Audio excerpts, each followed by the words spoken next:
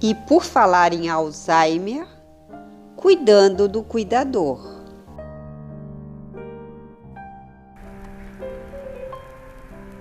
Olá para vocês! Hoje nós vamos falar sobre cuidando do cuidador.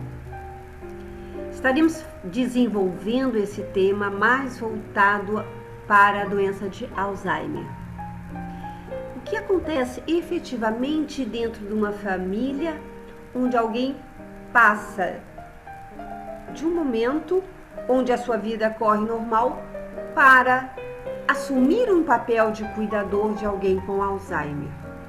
A primeira coisa que se nota é que este familiar ele começa com aquele comprometimento de memória, algumas vezes uma desorientação no tempo e no espaço. Alguns podem ter até alterações de personalidade. E este é o momento onde efetivamente conduzimos esse familiar a um atendimento médico. Pode ser um geriatra, pode ser um neurologista, um psiquiatra, mas alguém que possa identificar o que está acontecendo, buscar, orientar quanto à farmacologia, à medicação, o que pode ser feito, o que não pode ser feito, que temos que cuidar. E a gente sabe que em se tratando da doença de Alzheimer, vai ocorrer uma piora de memória, coordenação dos movimentos, as tarefas mais simples vão ficar mais difíceis. Em alguns momentos também vamos observar dificuldade de expressão e de fala. E esse estágio do Alzheimer ele vai aumentando e este familiar está acompanhando todo esse processo. Mas não vamos focar agora nas questões ligadas à doença de Alzheimer. O nosso objetivo é trabalhar cuidando do cuidador, para fazer todo um movimento de alerta, de conscientização e de orientação para aquela pessoa que assumiu essa postura de cuidador. Nós temos inicialmente que identificar, mas quem é esse cuidador? Que pode ser até um cuidador de alguém com Alzheimer, pode ser um cuidador de alguém com outro quadro que requer auxílio, pode ser um cuidador de alguém com necessidades especiais. É esta figura de cuidador. Então, este cuidador a gente pode dizer que é o responsável por tudo que envolver a vida de um paciente com Alzheimer. Higiene, alimentação, vestimenta, medicação, questões de segurança e muito mais. E também a gente pode dizer que é quem vai decidir as questões práticas e econômicas, porque este familiar com Alzheimer, ele não vai chegar a um ponto que ele não vai ter mais condições de lidar com essas demandas. Então, ele vai ter que assumir esse suporte ao seu familiar. Este cuidador também é aquela pessoa que vai precisar lidar. E se algum de vocês que está me ouvindo agora é um cuidador de uma pessoa com Alzheimer, vocês sabem que este cuidador também é alguém que vai ter que lidar com a sua sobrecarga física e emocional. A gente sabe que essa sobrecarga acontece e ela é resultante justamente por atuarmos como cuidador principal. E ao mesmo tempo, temos de conciliar trabalho, entorno familiar, lazer e outras situações. E a gente pode dizer também que esse cuidador, ele normalmente é uma pessoa física e que tem um vínculo familiar. A gente sabe que em algumas situações, algumas instituições de cuidados assumem esse papel. Então, este cuidador, ele vai ter que fazer, a gente pode dizer, uma ginástica.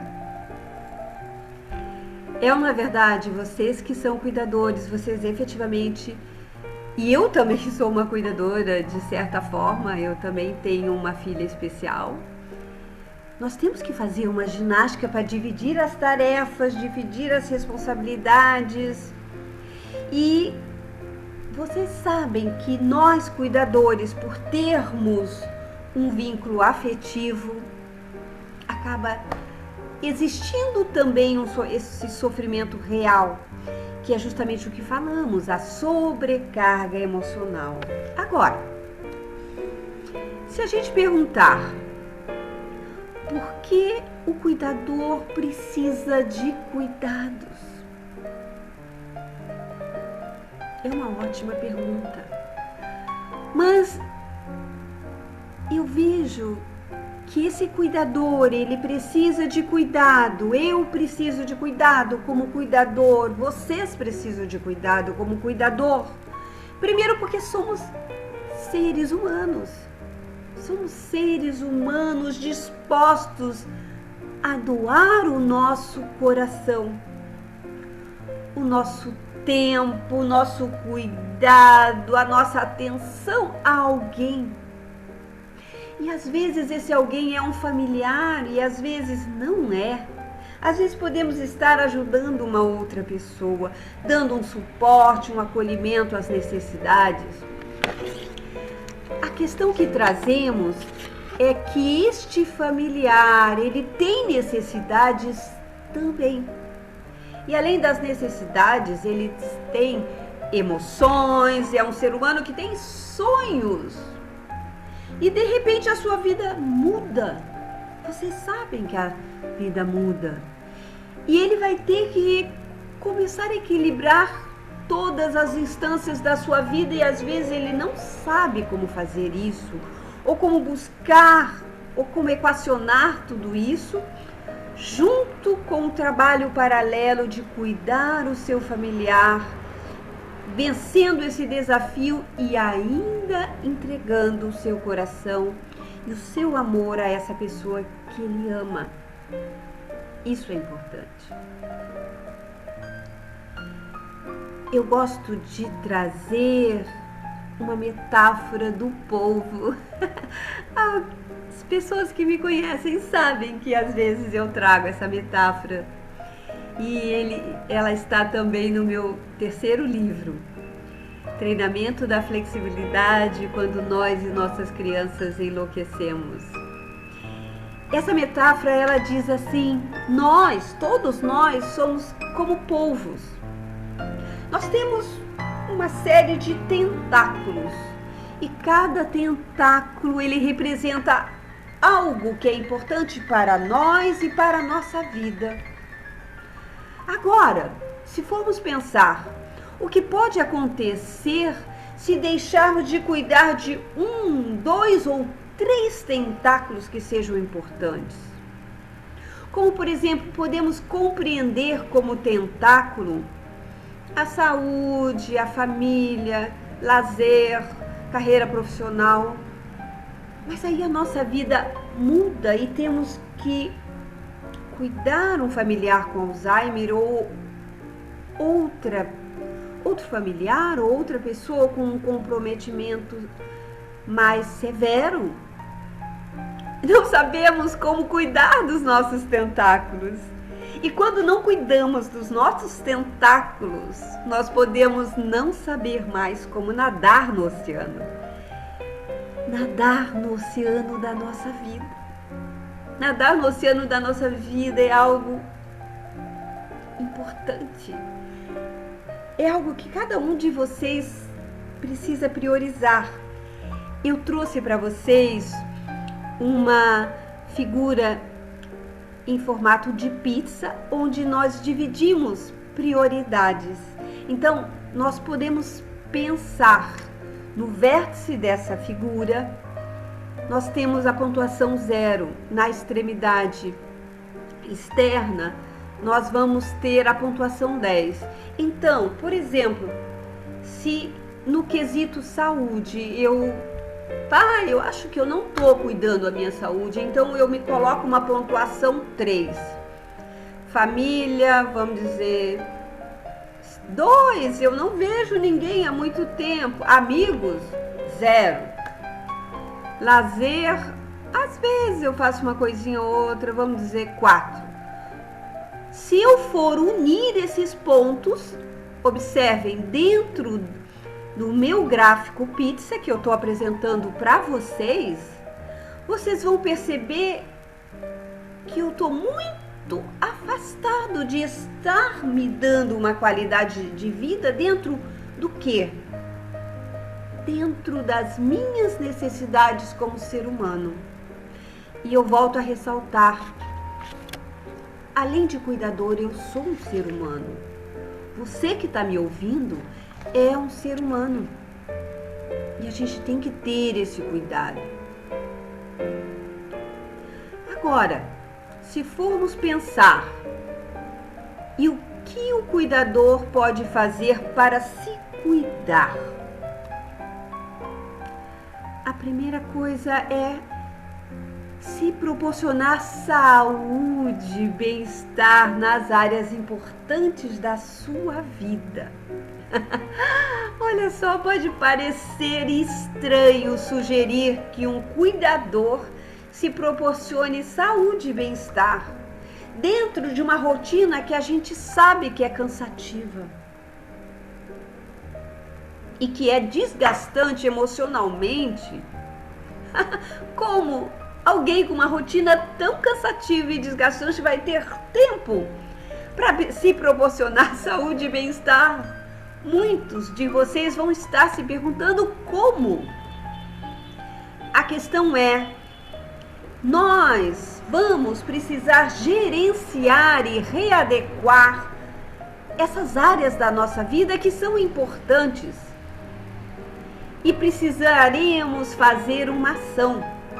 Eu sempre trago, quando existe um sofrimento, quando existe um problema, alguma coisa, o que vai mudar a nossa vida é a ação que iremos fazer para resolver questões que precisam ser direcionadas e atendidas, áreas que precisam ser atendidas.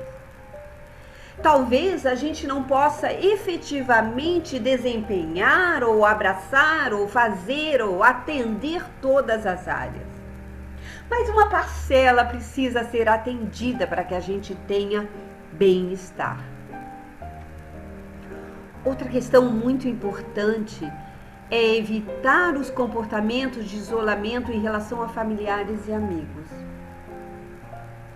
Eu gosto de trazer e eu gostaria que você que está me ouvindo refletisse sobre isso.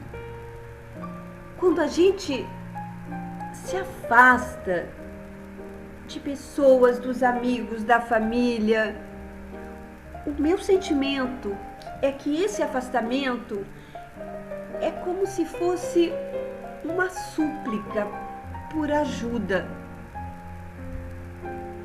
Exato. Uma súplica por ajuda, por não estarmos conseguindo pedir essa ajuda verbalmente.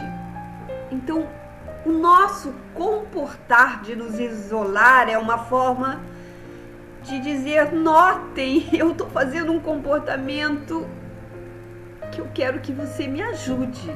Você, familiar, insista e me ajude a que eu volte a me integrar. Porque esse sofrimento, ele machuca. E ele machuca muito. E sobre essa questão do cuidado também é importante trazer e é vital usar a rede de apoio. Essa rede de apoio pode ser aquele familiar que de repente eu aceitei me aproximar. Pode ser um amigo, pode ser um colega, pode ser uma pessoa com coração bom que queira me ajudar, ou pode ser um profissional. Para que eu possa conduzir melhor as tarefas e as responsabilidades. Isso é muito importante. Também precisamos ter locais e pessoas onde nós possamos nos expressar emocionalmente tudo aquilo que está dentro de nós. Em alguns momentos ele está machucando.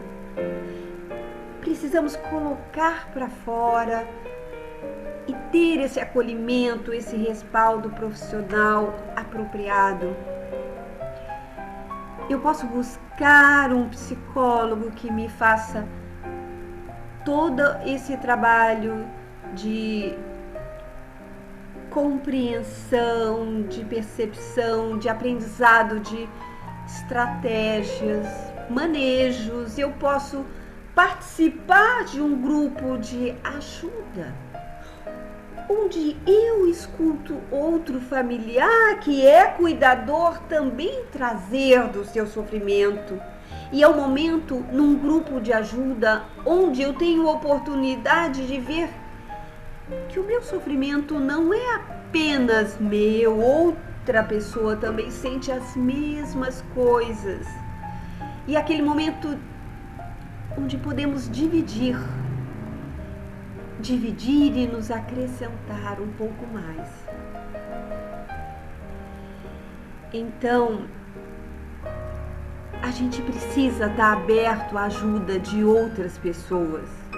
Eu lembro de uma história de uma pessoa muito querida, extremamente acolhedora, uma pessoa, sabe aquelas pessoas de um coração muito bom?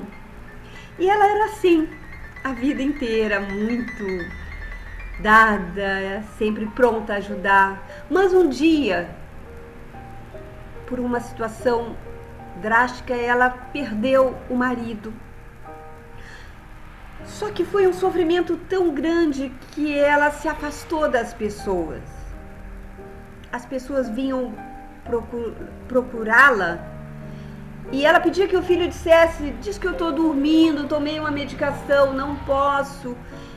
Ela tinha o quê? Comportamentos de esquiva e de afastamento de seus amigos, de seus familiares que a procuravam. Aí um dia, o seu filho, cansado de despachar essas pessoas, chegou para ela e disse assim: mãe, poxa, você sempre ajudou todo mundo, há quanto tempo eu vejo você sempre ajudando. E agora, mãe, que é a sua vez de estar precisando de ajuda, você não sabe receber?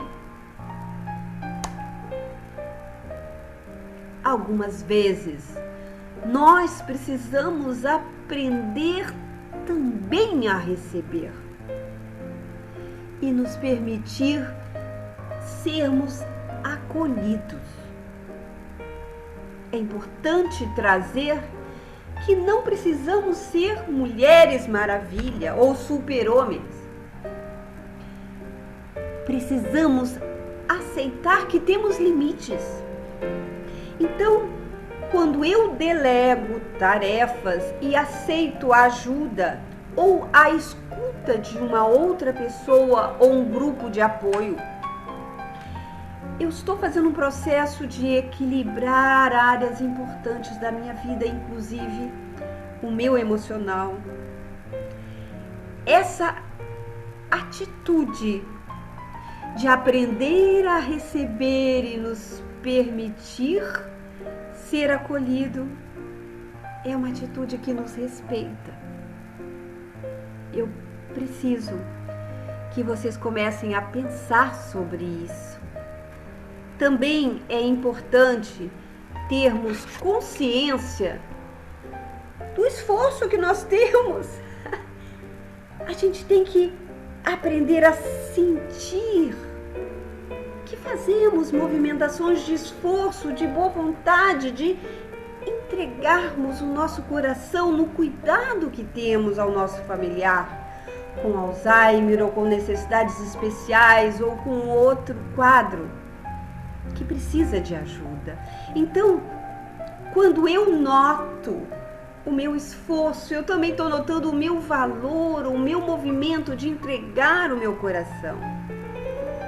Em relação a quê? Em relação as movimentações de suporte que eu dou a esse familiar.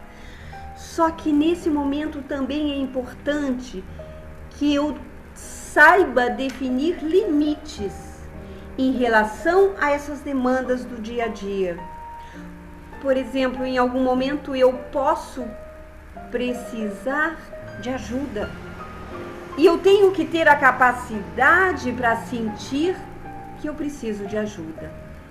Também é importante estarmos atentos em equilibrar tanto os nossos cuidados pessoais, que foi o que eu trouxe para vocês sobre o nosso polvo, ou o gráfico de pizza que vocês viram nas lâminas anteriores, com os da pessoa que nós estamos atendendo, que nós estamos entregando o nosso amor, o nosso cuidado, o nosso coração. E é preciso que eu faça isso no objetivo de conseguir formas e recursos para que eu equilibre tanto as minhas necessidades como as necessidades daquele que eu estou atendendo e dando o meu coração. Quando a sobrecarga ou o estresse dentro da nossa demanda como um cuidador, muitas vezes podem surgir sinais físicos, como cansaço, falta de apetite, às vezes aquele descuido com o aspecto físico. Eu, às vezes, paro de pentear os cabelos ou nem escovo os dentes, não me cuido de coisas pessoais. Outros podem ter alterações no sono, que tanto pode ser a insônia como um excesso de sono. Também pode ocorrer palpitações ou dores musculares. Estes sinais, eles são diferentes de uma pessoa para outra, ou pode acontecer um ou outro. As pessoas são diferentes, nós somos seres humanos diferentes. Mas temos que pensar o que fazer em relação a esses sinais físicos. Como, por exemplo, cuidar da saúde, ir ao médico com regularidade. Eu não tenho só que levar o meu familiar com Alzheimer regularmente ao médico. Eu também tenho que ter esse processo de cuidado regular comigo. Também é importante que eu me proporcione descanso e um sono regular e que seja saudável. Se em algum momento da minha demanda isso não é possível, eu posso usar a minha rede de apoio para que eu possa me proporcionar noites onde eu possa descansar, atender a minha necessidade de descanso. Cuidar da alimentação, ter horários e buscar principalmente uma qualidade na dieta. Outra coisa é criar horários para que os cuidados pessoais e atividades agradáveis passem a existir na minha agenda. Redistribuir atividades que sejam de esforço. Por exemplo, eu posso não ter condições físicas de arcar com o peso do meu familiar. Eu tenho que notar que fisicamente esta é algo que eu não tenho como atender essa necessidade e eu preciso buscar ajuda. Também eu preciso sentir especial, sentir a coisa mágica que temos que fazer para cuidar de nós, sentir o que está acontecendo conosco. Porque se eu sinto, eu vou notar os meus sinais físicos e outros, e eu vou aceitar que eu estou no meu limite físico e preciso ter atenção. Outra coisa imensamente importante é aprender a dizer não. Porque pode muitas vezes acontecer que este meu familiar perca a noção de limites e queira me desafiar em coisas que eu sei que não é possível e não é saudável. Então eu preciso aprender a dizer não. e dar limites a este meu familiar. Não importa se em outro momento da vida este familiar é que decidiu as coisas, mas nesse momento, dentro deste contexto de vida, eu sempre trago, precisamos olhar o tempo presente. Precisamos olhar o contexto que nós estamos para fazer as nossas escolhas. E nesse momento pode surgir exatamente a necessidade de dar limites e dizer não. Em relação às alterações emocionais, pode ocorrer tristeza, ansiedade, sentimento de culpa, raiva, impotência. Eu sempre gosto de trazer que não tem sentimentos certos ou sentimentos bonitos ou sentimentos que são feios. Todos os sentimentos devem ser aceitos e acolhidos. Não existe um pensamento que seja certo ou que seja errado. Todos são emoções, sentimentos que estão acontecendo e eu preciso aceitar que eles estão ocorrendo dentro de mim, para que eu possa fazer alguma coisa em relação a isso. Eu tenho que aceitar a existência deles, sentir que eles estão me afetando e me causando sofrimento. E nas alterações emocionais também uma preocupação muito grande é a redução da autoestima. Pode também ocorrer irritabilidade, porque a carga de trabalho é pesada e afeta fisicamente, afeta emocionalmente, pode dar variações de humor. Algumas vezes podemos ter dificuldade até de nos concentrar e ter até esquecimentos. Quem de nós não teve reações assim? Agora, o que eu posso fazer em relação a essas alterações emocionais que podem estar acontecendo comigo? A primeira coisa e mais importante é procurar ajuda profissional.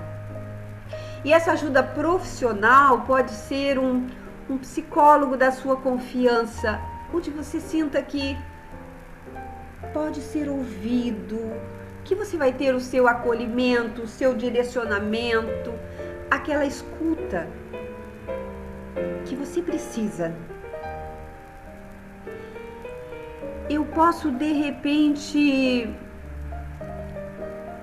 aceitar que eu preciso, dentro de mim, manter o meu otimismo e a minha motivação no momento em que eu aprendo a sentir que a minha emoção está me causando sofrimento. Eu posso buscar uma ação para me levar ao otimismo e à motivação, para não cair na monotonia e fazer alguma coisa que eu gosto. Vocês sabem que uma boa caminhada, uma atividade física libera endorfina, ocitocina, neurotransmissores do bem-estar. Então, nessa busca por uma atitude de otimismo ou motivação, eu posso agir com uma atividade física. Eu posso aprender a me notar numa desregulação emocional e buscar ações para me organizar. Também é importante estar sempre em tempo presente, sem julgamento. Eu sei que para algumas pessoas pode ser difícil, mas eu gosto de trazer, e eu vou perguntar para vocês. Vocês sabem por que as coisas difíceis são tão importantes? Pensem um pouquinho sobre isso. Pois é, as coisas difíceis, elas são importantes justamente porque as coisas difíceis não são impossíveis. E se as coisas difíceis não são impossíveis, podemos fazer uma ação. podemos ter um posicionamento. Então eu trago, façam escolhas assertivas diante do que pode ser mudado. Modifiquem as questões que envolvem os cuidados. De repente procurem uma ajuda de um terapeuta ocupacional, de um enfermeiro, de um técnico de enfermagem ou outro profissional que pode reduzir um pouco a sua carga de trabalho e contribuir para que o seu emocional não seja tão afetado. Então, estaremos identificando o que existe dentro de nós, dentro de um contexto.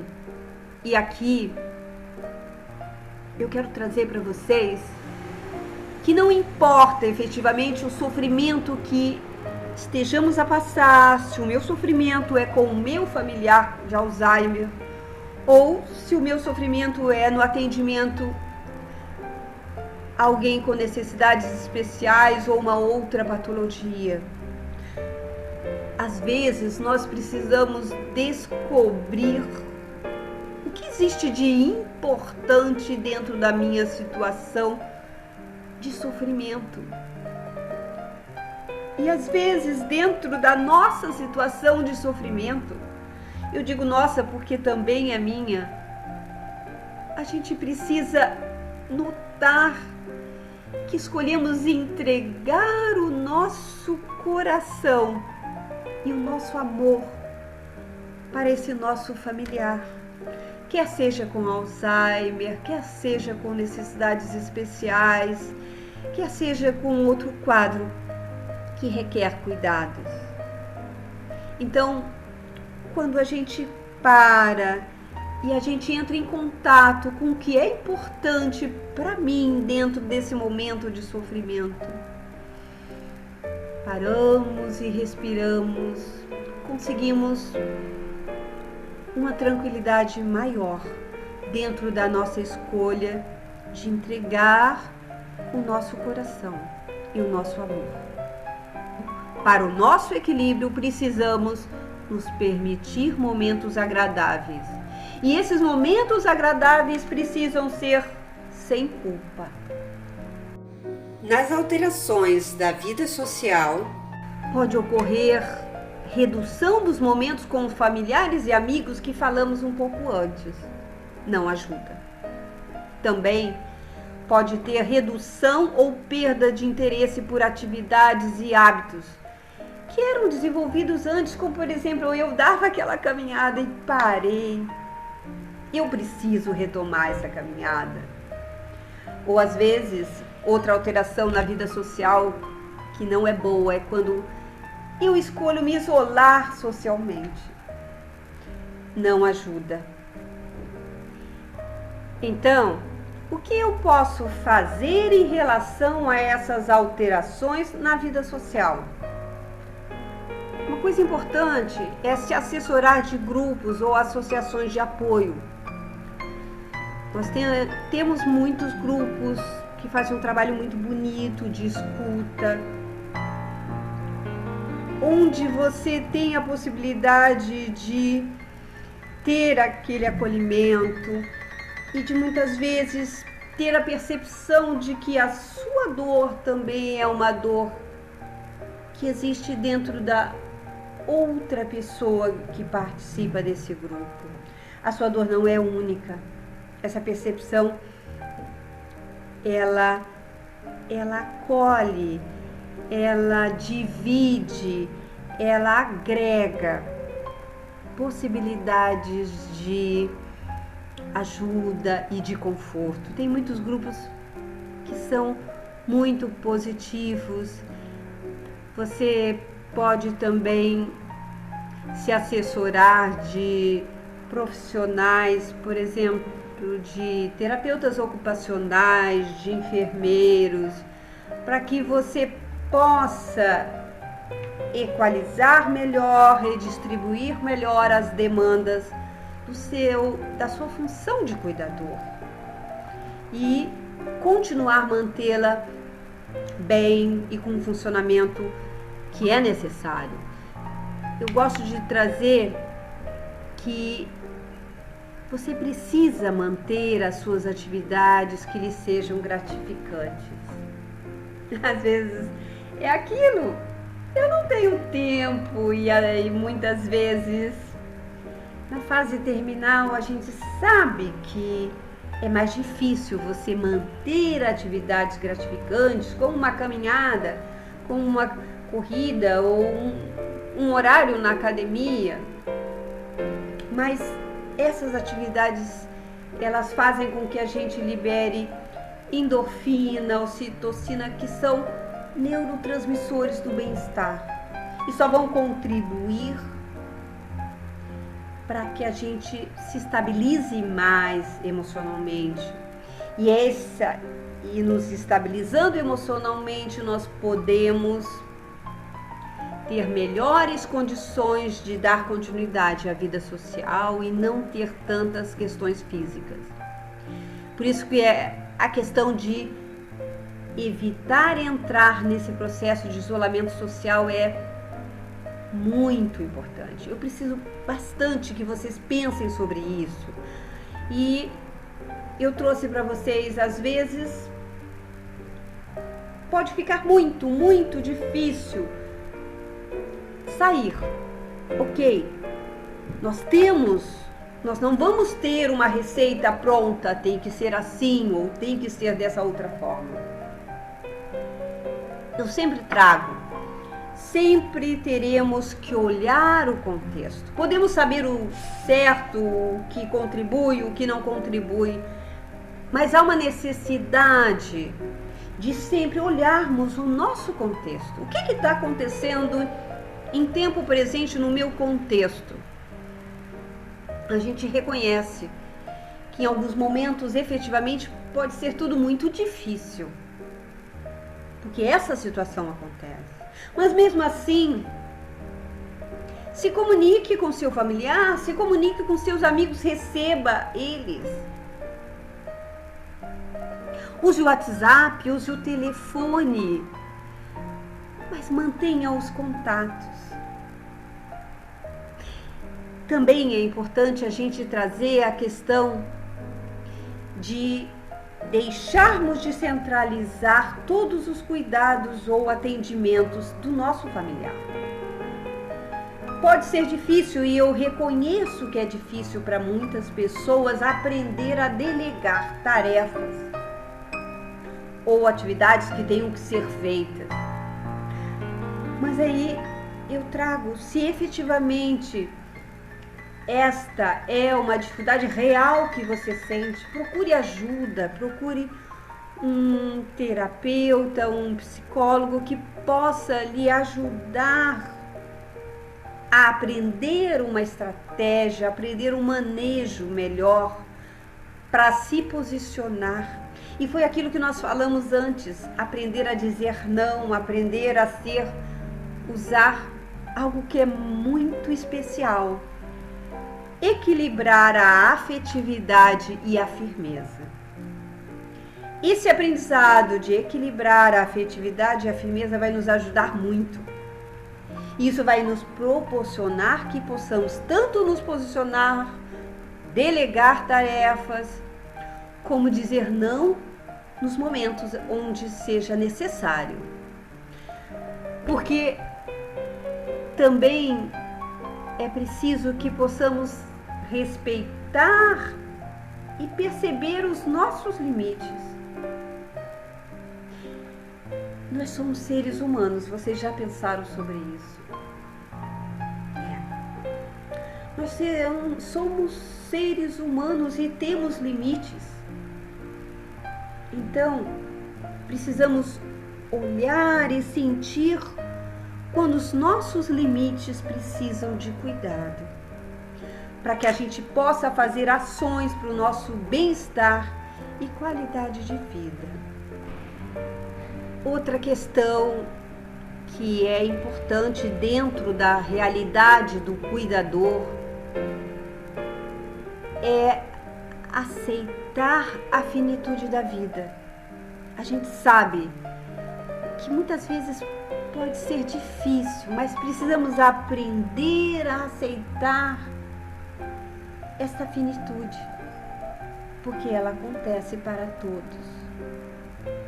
E também é importante pensarmos que a vida continua para os que ficam. E essa vida que continua para aqueles que ficam, ela precisa se manter valorizada e cuidada. Algumas vezes vai ser preciso aceitar aquilo que não pode ser mudado.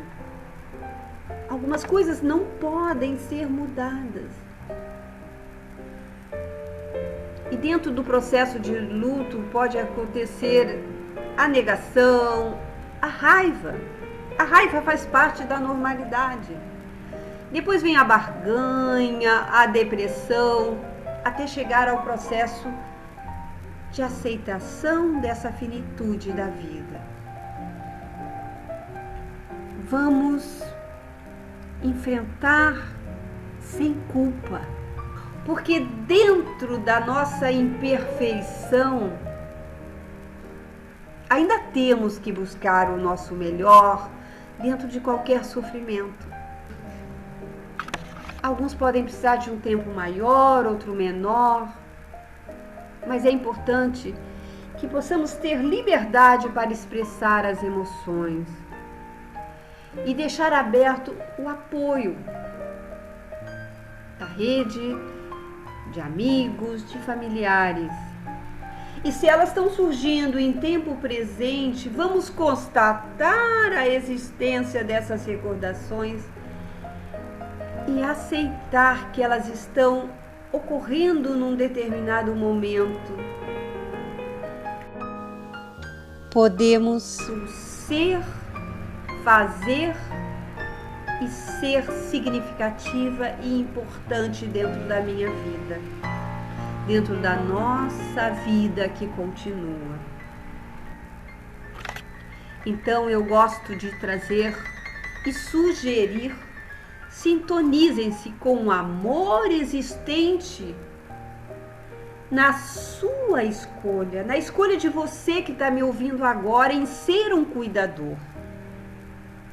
E ressignifique esta sua jornada de amor, de dar o seu coração ao seu familiar, dar o seu cuidado, dar a sua atenção.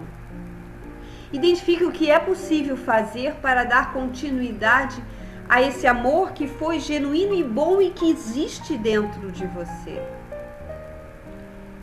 para que você siga adiante, porque a vida continua. Cuidando do cuidador é o meu convite a todos vocês. Obrigada pela atenção.